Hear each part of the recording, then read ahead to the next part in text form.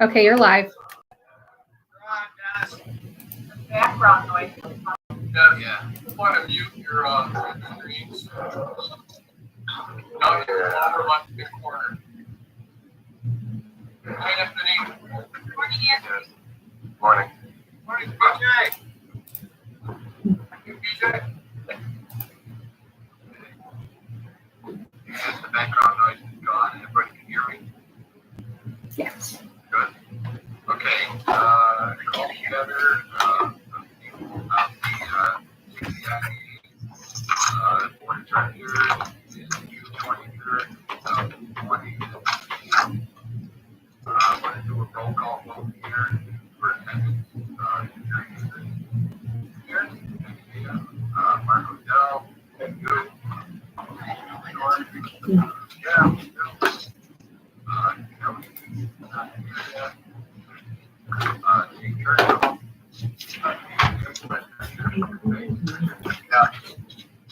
Dennis Bragg is here. Walter.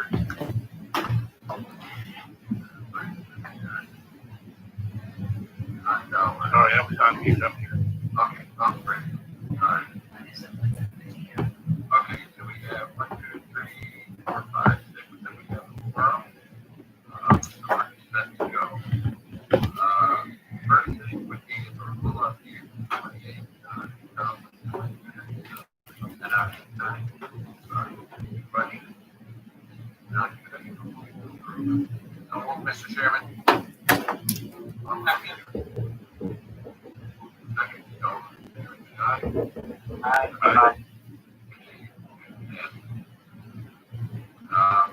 On new business, Abundant Power LLC. Can you come over here so you can hear it? I don't know why it's not working volume-wise.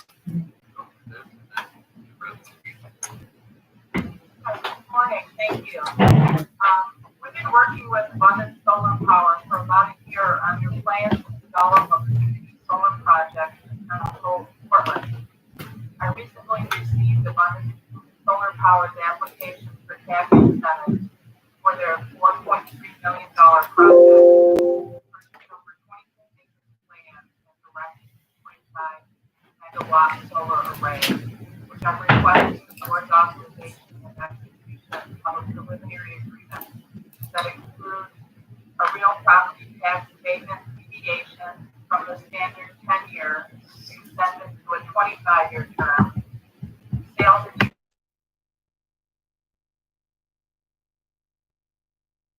Village, would you like to conduct a preliminary agreement at this time?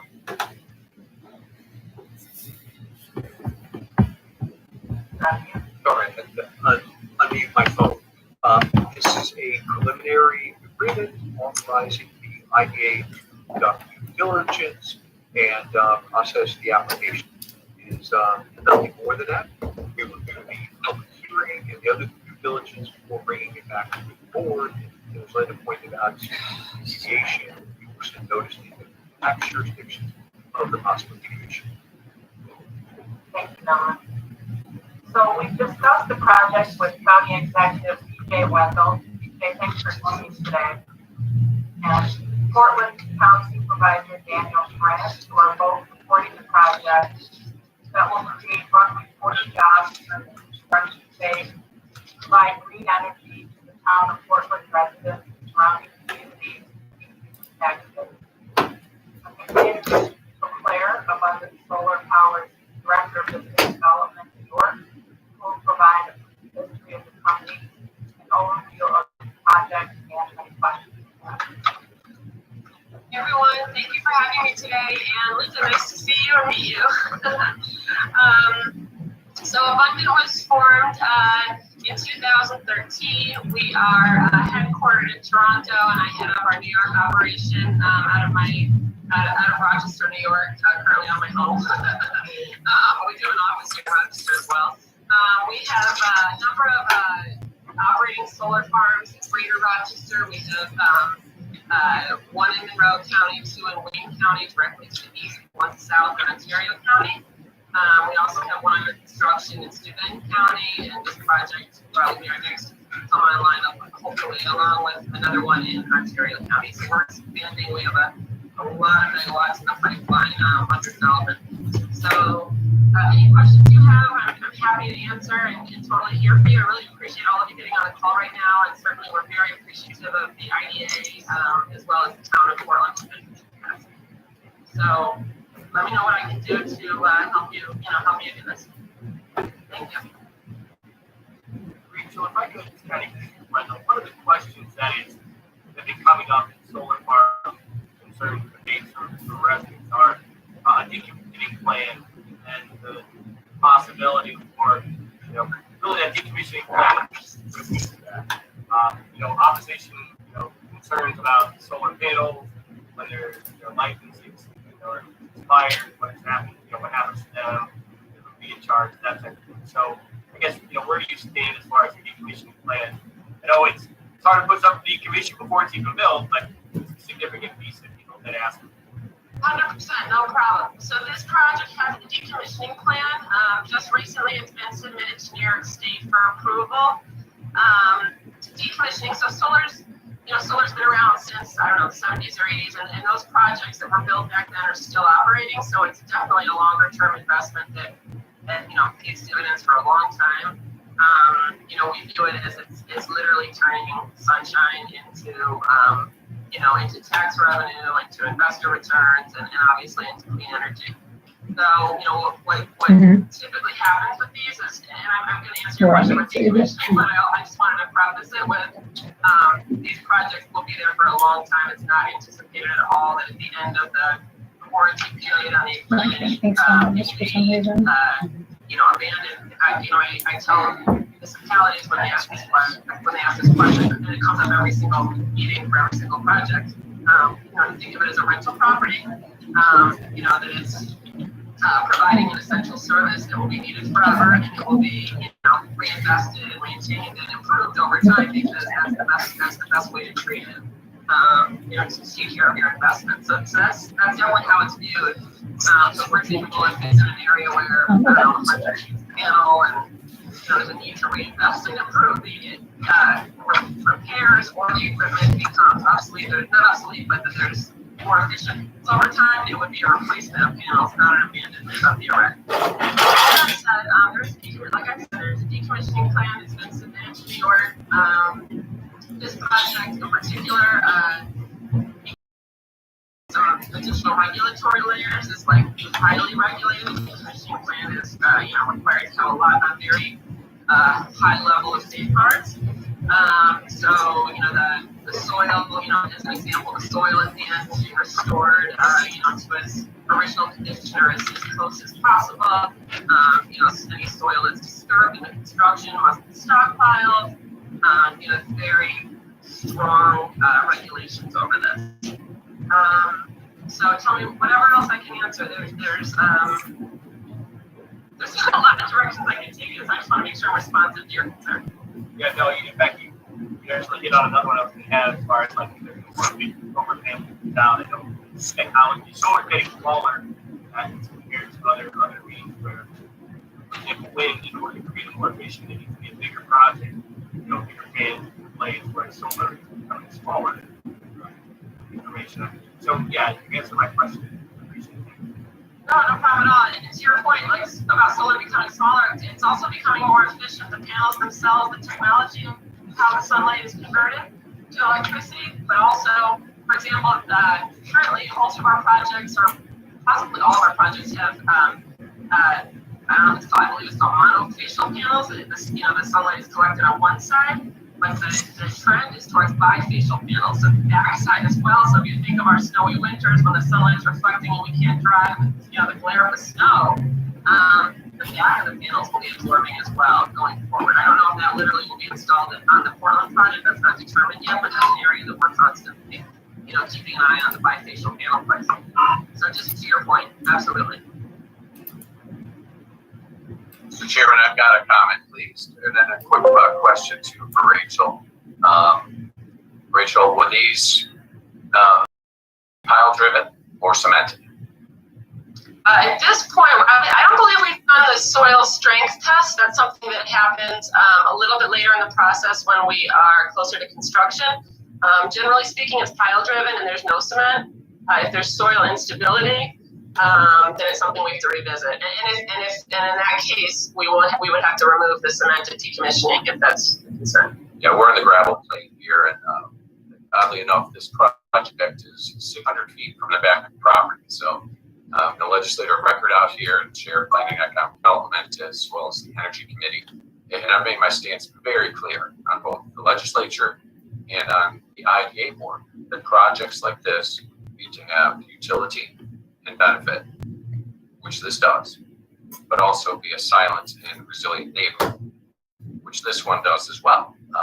The site planning on this, you're right, with this been going on for about a year. Hear the chainsaws and bulldozers about 600 yards away. I will never see this project, nor will anyone on Route 20. It's up on a berm, behind a berm, fully enclosed. It's a good site, just like the one we did on the other side of Portland, down by the state park on Route 5. Christine, last year, that was a really good project. We will be very happy to support this one as well. The last question I have, though, is Chair of the Airport Commission as well. The FAA paperwork's been done, right, just to make sure we don't have any glide slope obstruction. The FAA wasn't, those regulations were not triggered. Might be just outside the periphery of Dunkirk, but just I don't want to see any hiccups down the road, so just want to. Yeah, absolutely. We can communicate separately. Those regulations were not triggered by any of the processes we've gone through. I'm not sure if this is the question, the concern that you're expressing, or if it goes in another direction, but I do get questions often in permitting about will the panels produce flared line pilots. And I've got ample literature on that, so if that's the concern you have, I can provide stuff. Is that correct? That's the underlying concern? Just for situational awareness, because that has come up in other projects, like in Sheridan, Christine, I think you remember that one from years back. But that was closer to DKK, but it might be right in the periphery of it, just on that radar. Yeah, so if this would satisfy your concern, I'm happy to write a letter to the airport director, and I can CC you on that. Sounds good. Thank you. Sure. Mr. Chairman, thank you. Anyone else have any questions? Just want to note that Kelly appears to be joining us from her vehicle. So Careful, Kelly.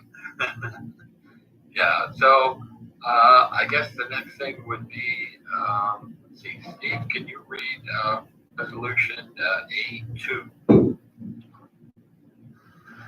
Resolution 06232001, preliminary agreement resolution for Abundant Solar Power LLC.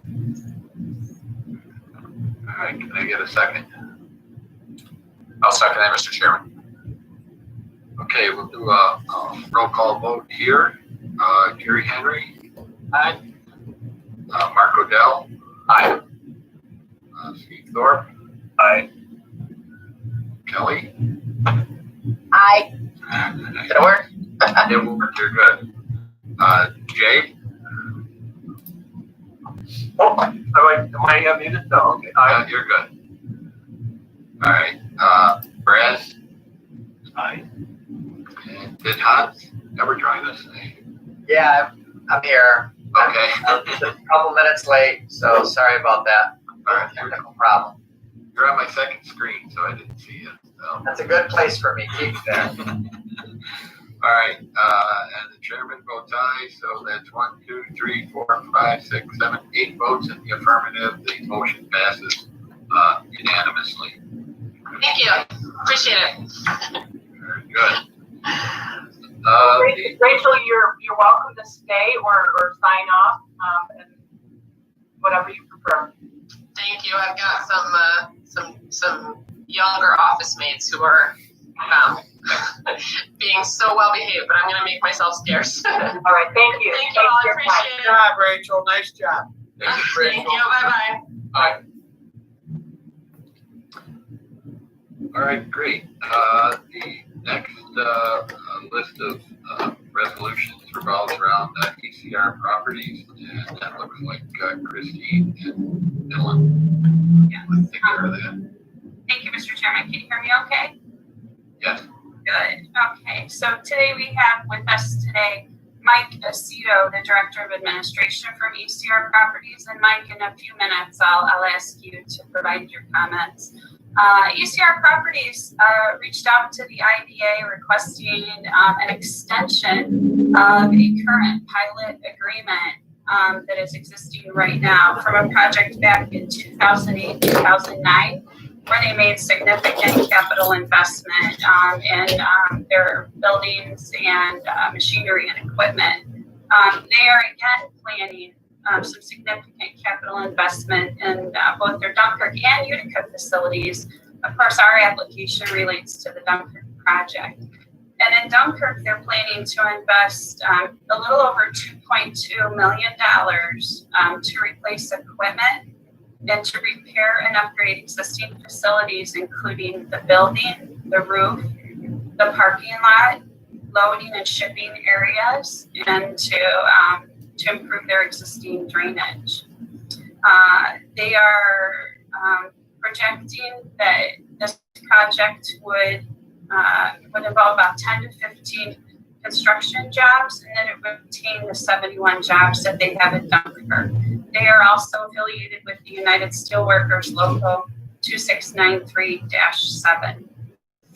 The pilot request is to continue with the pilot as it's structured now, which is a level property tax amount, or we use the term freezing the property taxes.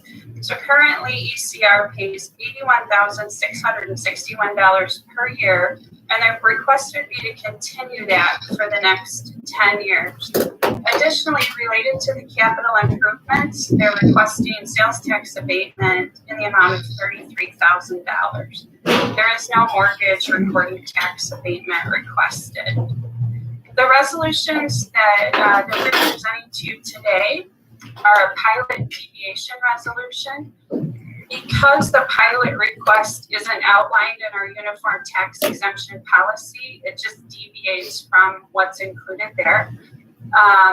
This would require a deviation approval. We did notify the taxing jurisdictions about this request, and I did not receive any comments from the taxing jurisdiction specific to that, although we have received comments from Mayor Rosas from the city of Dunkirk that he fully supports this project. Rosie, I need to ask you if anyone from any of the taxing jurisdictions is on participating in this Zoom meeting today. No. No, okay, thank you. Christine, we will have to have Millen conduct the hearing. Yeah, we will. I'm just going to review high level what the resolutions are. We also have an amendment resolution and a seeker resolution on the agenda today. But now I would like to introduce Mike Aceto, Director of Administration for ECR. And Mike, if you could just provide a brief summary of your project for the Board of Directors. Sure. So, excuse me.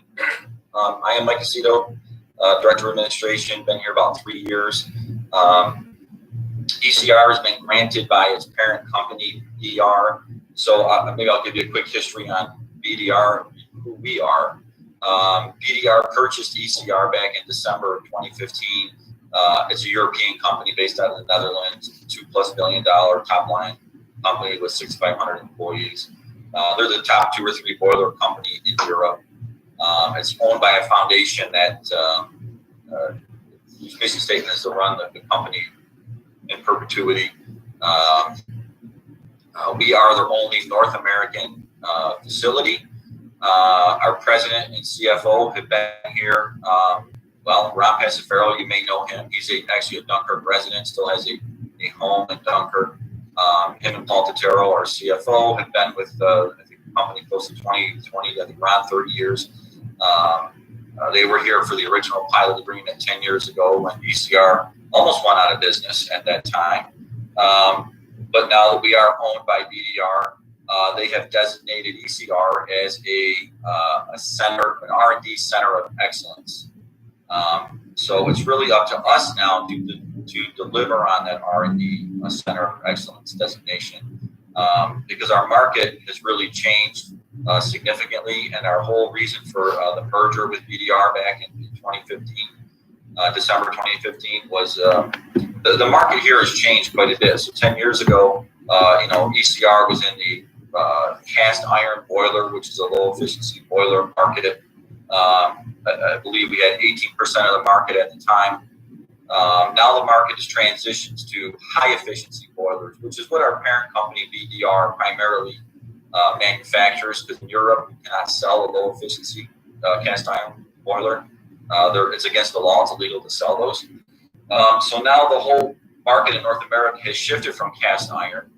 Previously, ECR was competing with really 4 other people. It was a 5-person market for cast iron. Now it's a 30-plus worldwide market. The biggest high efficiency boiler company is in Korea.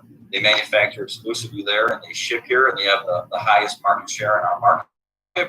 So the market, like I said, has shifted from this 18% of us having cast iron to now having 2.5% of 60% of the market, which is now high efficiency.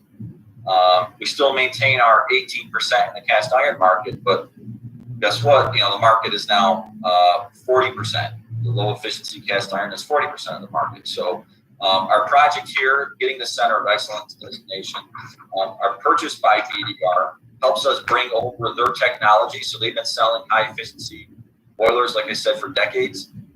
So the problem with us not having the Center of Excellence designation is we have to rely on them, or had to rely on them to transition all the technology from European to North American.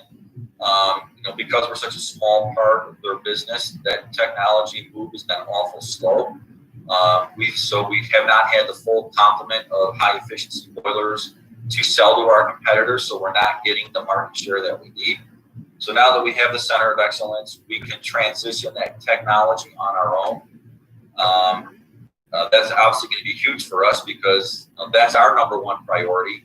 It's not BDR's number one priority, because, like I said, we're such a small piece of their pie. So bringing the Center of Excellence here, us investing the $2 plus $2 million, we're putting in 2 significant pieces of equipment that are, I think, $700,000-$800,000 a piece, or upgrading the facilities, as Christine had mentioned. That's all to get our efficiency down, our efficiency up, our cost down. Trying to get competitive in that high efficiency market, because that cast iron low efficiency market is just going to be shrinking and shrinking and shrinking. And the cast iron, the high efficiency market is just getting bigger and bigger. So that's where we need to be. That's the future of the market. That's where ECR is investing. And like I said, the Dunkirk facility is going to be around $2.2 million. The equipment that we have there, that also manufactures all of the jackets, the metal, sheet metal that goes around all of our boilers. So our 2 primary brands are Dunkirk boilers, Utica boilers. All the cast iron is actually pressed in Dunkirk. They press the 2 cast iron pieces together. They're just shipped here to Utica from Dunkirk for assembly. The jackets, like I said, that go around our boilers are exclusively made in Dunkirk. All the sheet metal work is done there, just assembled here in Utica. So, the COVID-19 has really hurt us significantly this year. We're probably going to be down 25-30%. That's what we're tracking right now, anyways, to date versus last year versus our budget. Fortunately, the Dunkirk facility, we laid off or furloughed the entire workforce, hourly workforce, back in the end of March. Brought them back slowly. They now are 100% back up and running. We still have a 20-something hourly workforce out, furloughed here in Utica. All the salary staff has been restored, so we're hopefully going into fall. The company is expecting a normal fall season. Hopefully make something out of this year, but definitely this year is a loser for us. Hopefully this project can get us into one of the other objectives is really getting into the commercial boiler business, which right now, as I mentioned earlier, we don't have the full menu of high condensing, high efficiency boilers. This project will hopefully get us to develop the technology to bring over the BDR technology, I should say, and have us develop a high efficiency boiler in the commercial sizes. So primarily our market is residential. There's a whole place for us to play in the commercial market that we currently do not. Part of this merger, the center of excellence, the investment, the retaining of all of the people, that's all part of that. So hope I didn't talk too long, take up too much of your time. If anybody has any questions. Perfect, thank you, Mike. Are there any questions for Mike? Oh, okay.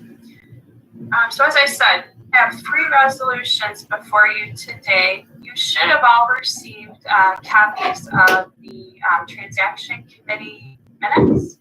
Also the public hearing minutes. There were no comments received at the public hearing or otherwise. And Millen, would you like to facilitate the deviation portion of the meeting? Sure. Mr. Chairman, I guess I would ask whether or not there's anyone listening in that has any comments from the affected tax jurisdictions on the proposed deviation. I think Rosie indicated at the time there was no one else participating. So is there anyone else now who would like to speak? Okay. And as Christine mentioned, we've received no written comments. Therefore, I think you've met the requirements for the deviation hearing, and you are eligible to vote on the resolution. As Christine mentioned, there's 3 resolutions. The pilot deviation, authorizing the deviation from your UTEP, because this is an additional 10 years at the existing pilot amount. The second is a secret resolution. This is all interior renovation and therefore it's a type 2 under secret.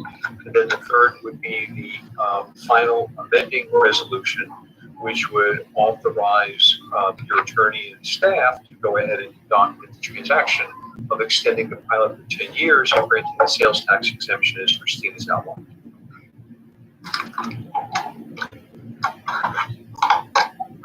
Great. Are there any other questions or discussions before we go to move these resolutions? Okay, if not, then Gary, or can you move resolution B2? Sure. 06-23-20-02 ECR Properties Pilot Deviation Approval Resolution. Could I get a second, please? Second, Mr. Chair.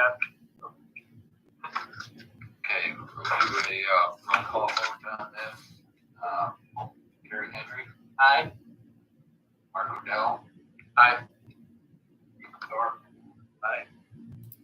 Kelly Farrell DuBois. Aye. Kate Churchill. Aye. Brad Walters. Aye. Don Dower. Aye. Chairman votes aye, so we have 8 votes in the affirmative. The resolution passes unanimously. So with that, let's see who's next up here.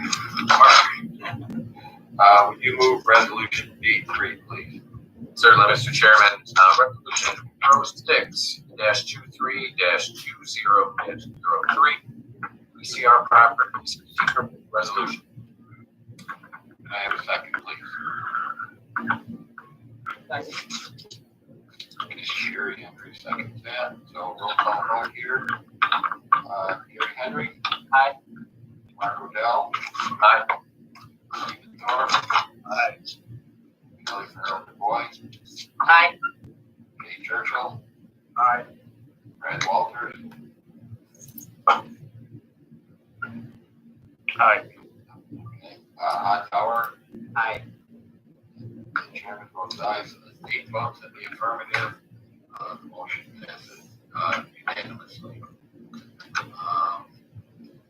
So resolution B4, Brad, can you read that one, please?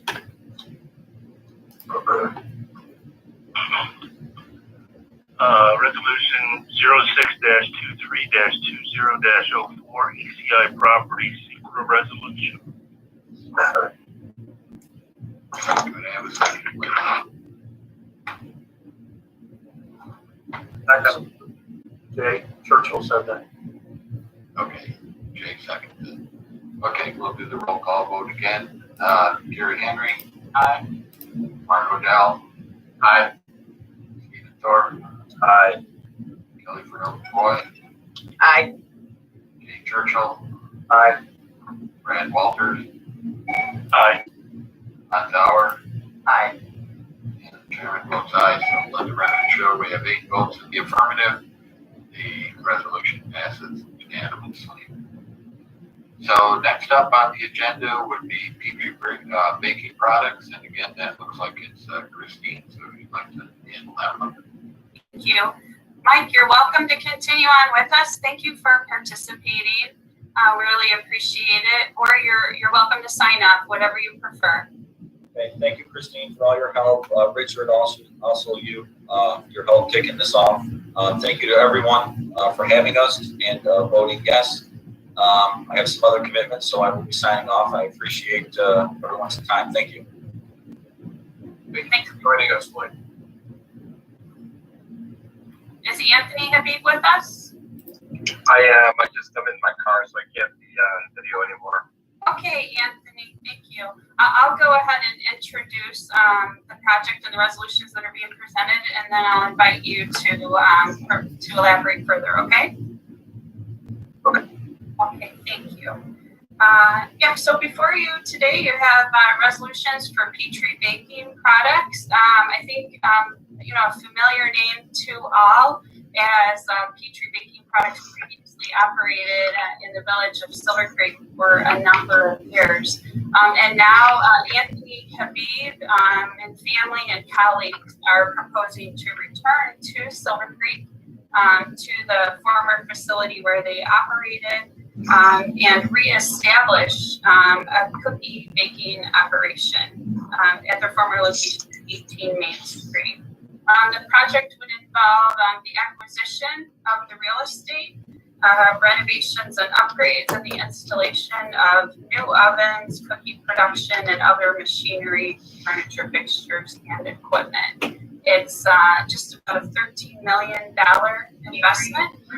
They project 40 jobs to start, with up to 100 jobs over the next 3 years.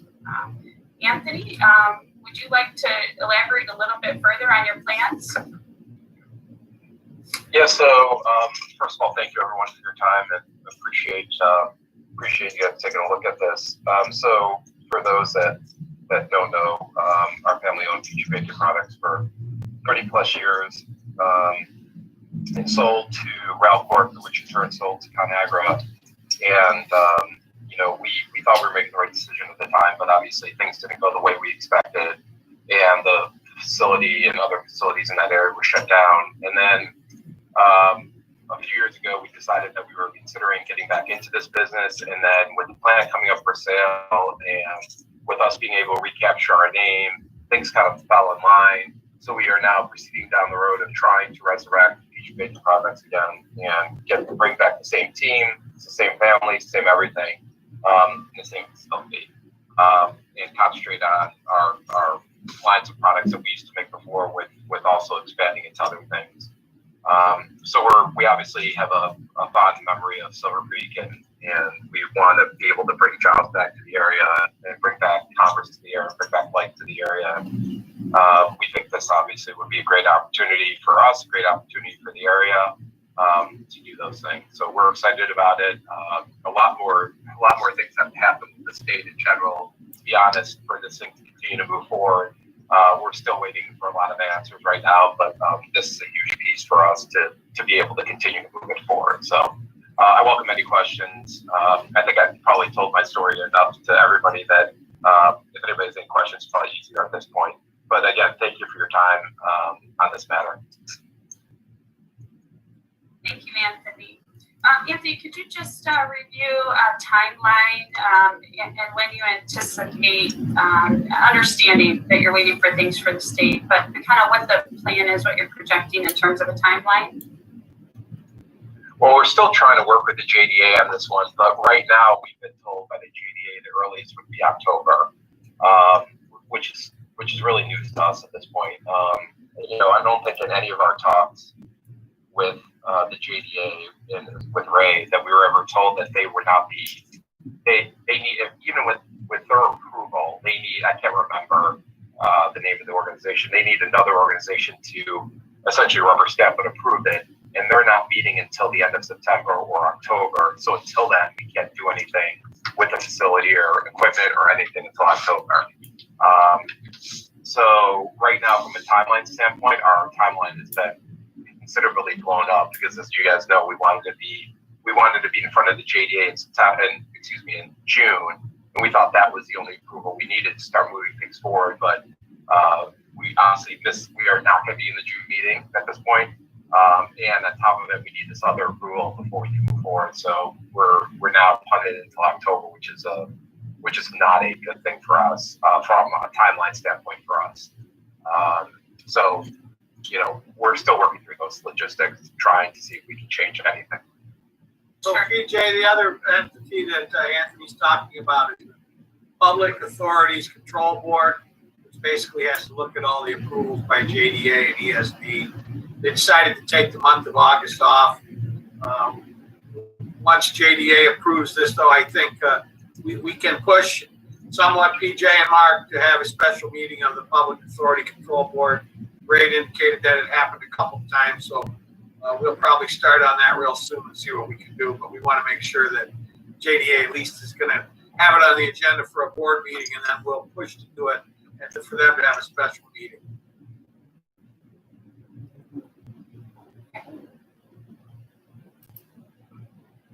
Are there any questions for me? No? Okay. Before you move on, Christine, can I ask? Sorry, Rosie. Can I ask who joined via dial-in? I don't have a name on there. Oh, is it Brad Walters? I got kicked out for some reason. Okay, thank you, Brad. Go ahead, Christine. I'm sorry. No, thank you, Rosie. I appreciate that. Let's see. Let me back up one step. So you should have all received the transaction committee meeting minutes and also the public hearing minutes. There were no comments received at the public hearing, and we did not receive any afterward. The application is requesting sales tax abatement and mortgage reporting tax abatement. And the resolutions that you have before you today are a seeker resolution and a final approving resolution for our incentives. There's no real property tax abatement requested. There's no new construction, no additional footprint, just interior renovations. So just the sales tax abatement and mortgage recording tax abatement being requested. Hey, Dylan, do you have anything to add, or can we go ahead with these? Only that the secret is, since it's an interior renovation, it's a type 2 action. Very straightforward, no environmental impacts. And as Christine pointed out, there's no real estate tax abatement being requested. It's simply mortgage reporting tax and the sales and use tax is up to $200,000. So fairly small investment by way of financial assistance for the size and complexity of the project. Thank you, Melon. And I'll add that the mortgage recording tax exemption would be $18,750. Okay, if there's no further discussion, Hans, could I have you read resolution C2, please? Resolution 0623-2005, Petrie Baking Seeker Resolution. Can I have a second, please? Second, Mr. Chairman. Okay, so we'll go roll call vote. Kerry Henry. Aye. Mark Odell. Aye. Stephen Thorpe. Aye. Kelly Farrell Du Bois. Aye. Jay Churchill. Aye. Brad Walters. Aye. Todd Dower. Aye. Chairman votes aye, so that's 8 votes in the affirmative. The resolution passes unanimously. So now resolution C3. Jay, can you read that, please?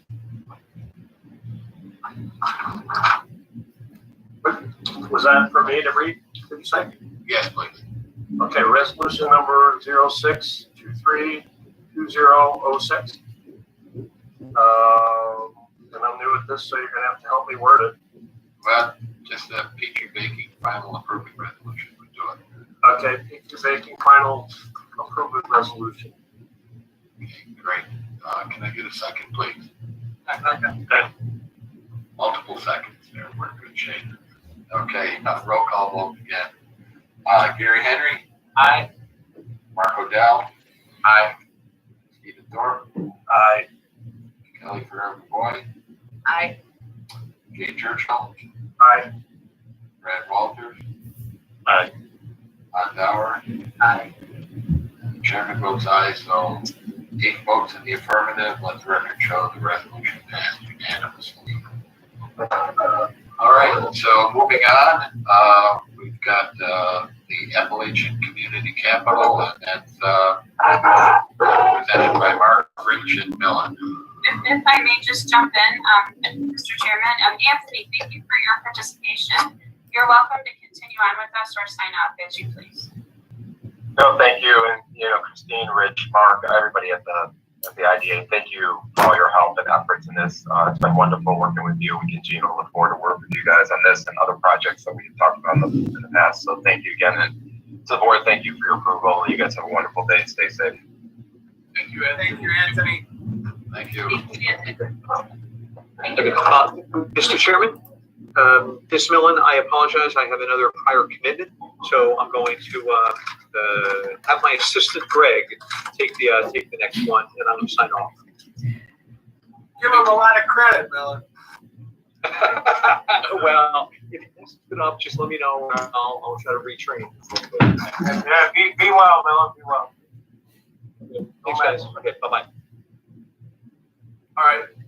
Well, thank you, Mr. Chairman. I'll just spend a couple of minutes talking about the Appalachian Community Capital Award we received. So the ACC awarded about $3.56 million to 31 different CDFIs, community development financial institutions across the country. And we were one of 3 in New York. Rich and Nate worked hard, as did I, on putting that application together. And the objective of the funding is to strengthen and stabilize communities and their operations. Really those entities that are helping small business clients during the COVID-19 emergency. So it's to actually help pay for operational costs, offset some of the income they're losing by suspending or reducing payments from their borrowers, and operational support and direct technical assistance. So it was a $115,000 grant, and it's really to help compensate us for a few things. Loss of revenue from our LTEC loan deferments. We expect that from that $250,000 for that working capital loan program, that there's potentially going to be defaults from that. And also the administrative costs associated with us putting together and implementing our working capital loan program, our personal protective equipment PPE grant program, and the work that was involved with the deferments on our loans.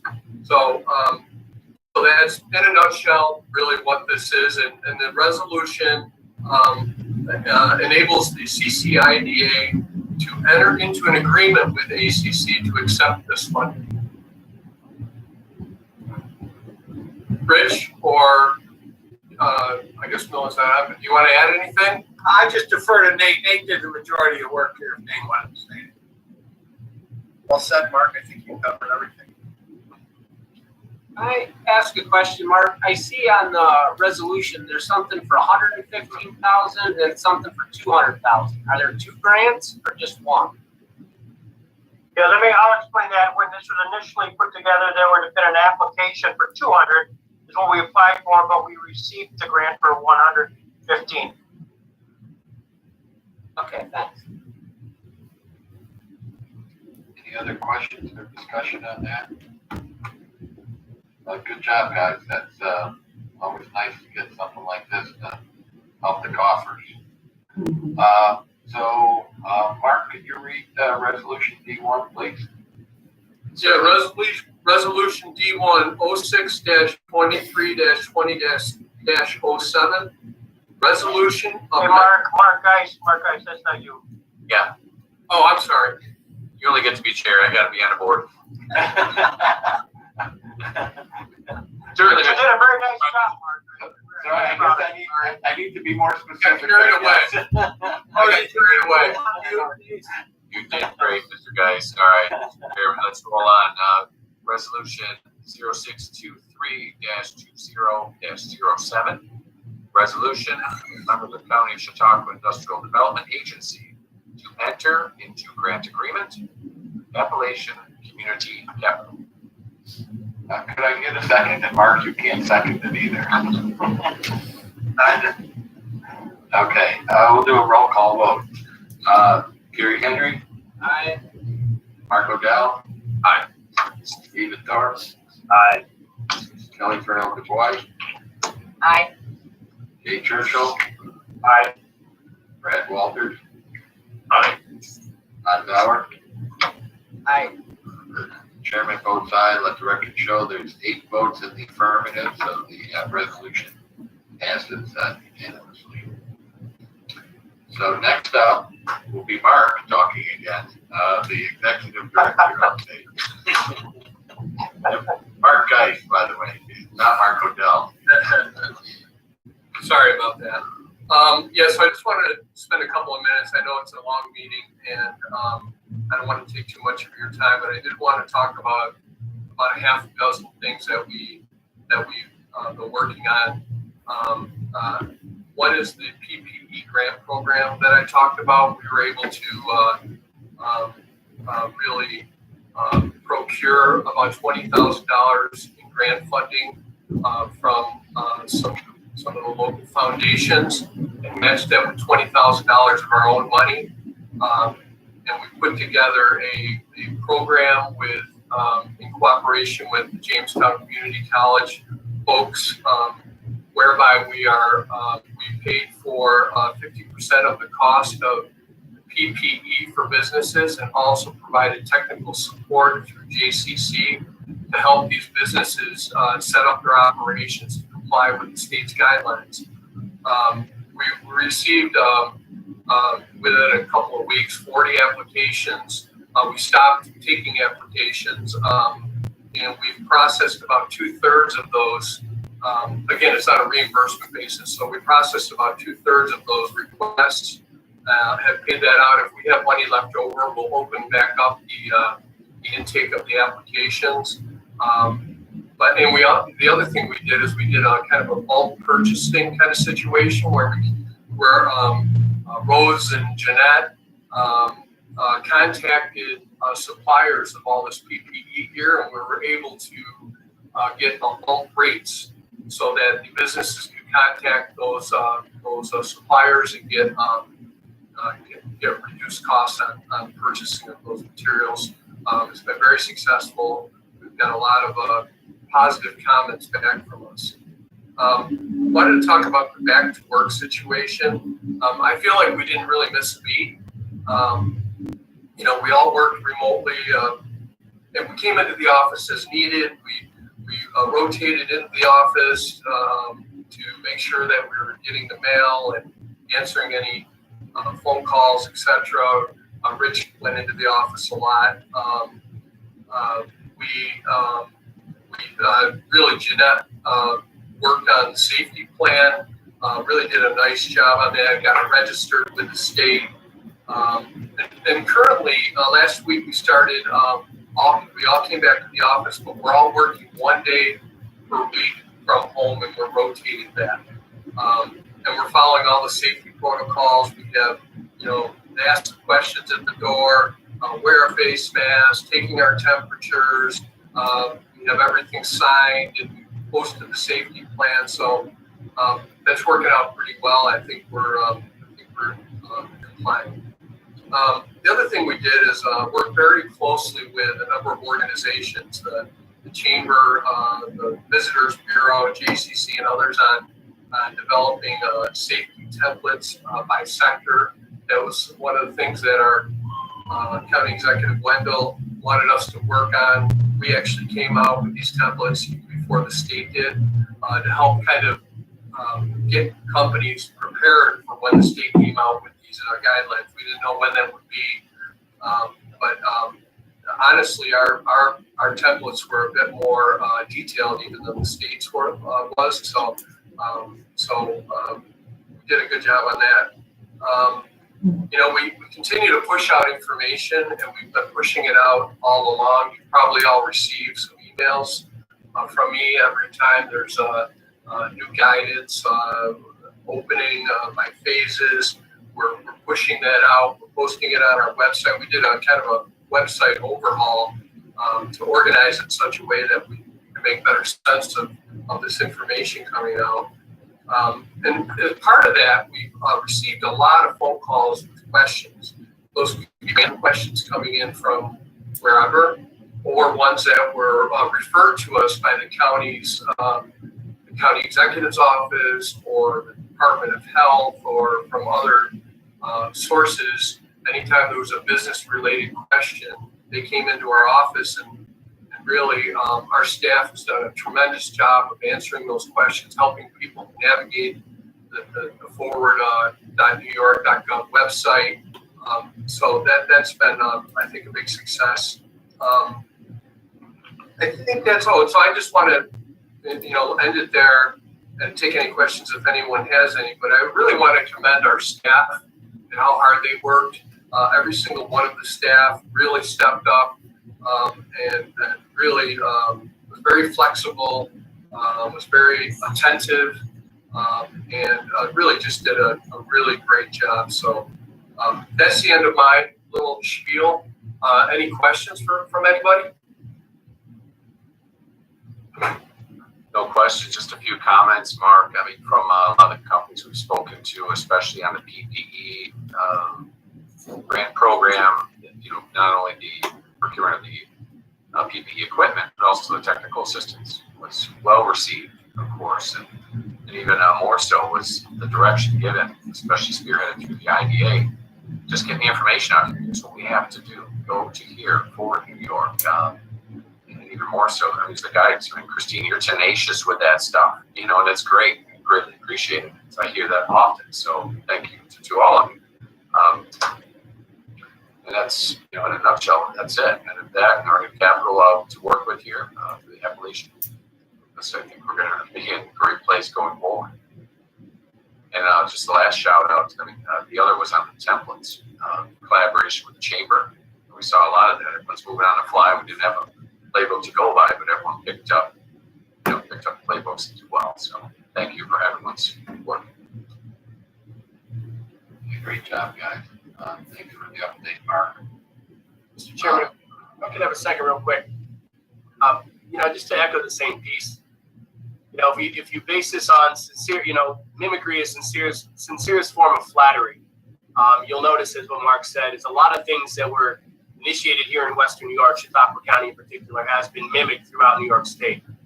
That's been with great help with the IDA, the Chamber, and CCIDA. So to Mark's point, anytime I ever asked him or Rich or the staff to do something, they jumped at it, took it further than I could ever imagine. And, we go back to that small business working in capital loan that started way back in the very beginning. March 15th seemed to be a lot longer away than what it has been. But that small loan program resonated throughout New York State. So what people need to realize is a lot of the change, a lot of the emotion that is now being moved through New York State was started right here. And Mark and his team, the IDA, have been very instrumental in that. The templates, we were about 5 weeks ahead of the state on that. And that was, again, a huge part. Collaboration, great working effort.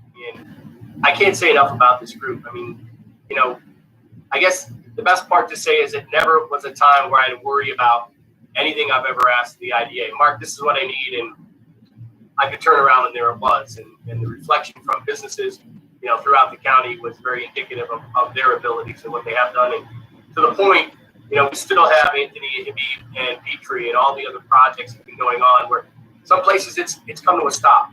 Their IDAs have slowed down dramatically. But for us, we kept going. And I think it goes back to, one, that low prevalence we've had has helped us out as well. But again, I just can't say enough between Mark, and Rich, and Christine, and everybody at the IDA has been tremendous throughout this. So hats off to them and everything they've done. We have, by example, led and really led a charge here in New York State coming out of this COVID-19 crisis. So hats off to them and everybody involved with the IDA. I couldn't be more proud and can't say enough great things about this.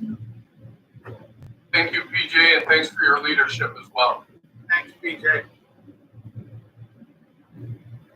All right, if there's no other comments, I guess we can move on to the treasurer's report. Rich?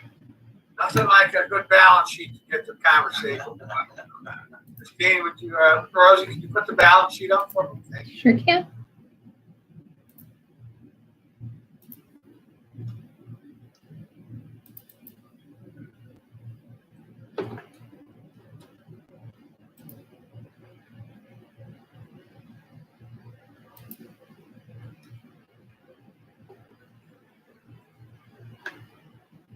I don't see it yet, Rosie. It might take just a second.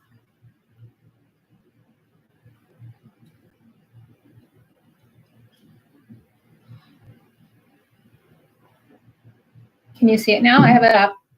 No, I don't see it. Does anybody else see it? No, it's not up yet. Okay, let me stop the share and then try again.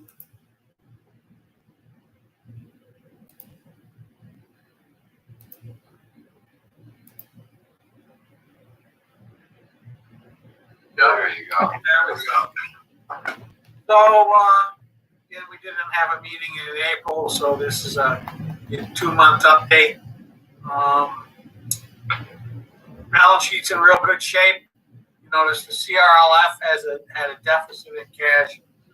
We had made a loan and we were expecting to get another loan paid off and it didn't happen, but that's okay. We'll be back in the plus there. Everybody else is doing okay on as far as cash flow. We've been able to make all of our bond payments. All of our bond customers are making payments to us on the 2 bonds we have on the Chadwick Bay and the Spec building. So it's all good.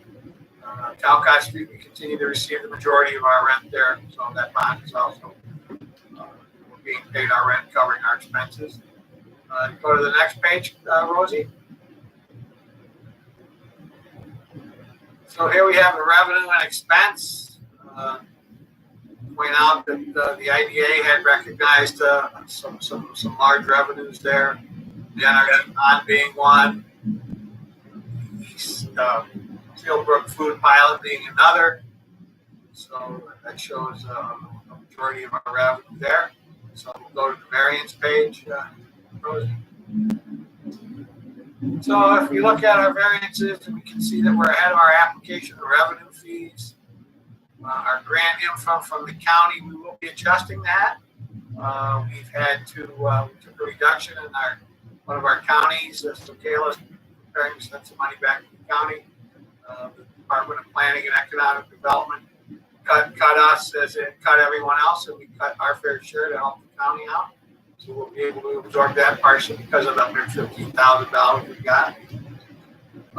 Professional fees, if we moved on to expense, it's a little off. We've had some additional expenses from both H. Sickerman Company, who's helping us with some OCR grants, and from Camoin and Associates.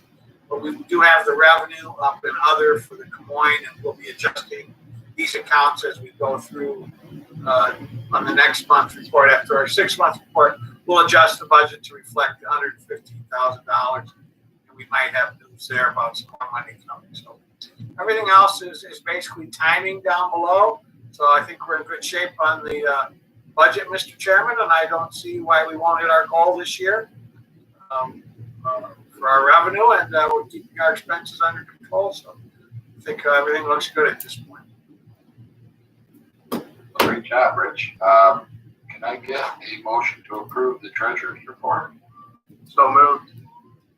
Second. Second, Mr. Chairman. Okay. All in favor, say aye. Aye. Aye. Opposed? Resolution is passed. The treasurer's report is approved. Do we need an executive executive session, guys, if you don't recall. Yes, we do. To discuss the financial position of certain companies. Okay, can I get a motion to go into executive session to discuss the financial position of certain companies? So Yep. Get a second? All those in favor say aye. Aye. Aye. Opposed? All right, we're in executive session. Okay, can How do you do an executive session on Zoom? give me just a moment while I pause the recording. So you can pause the recording and the live broadcast. Becoming a Zoom expert.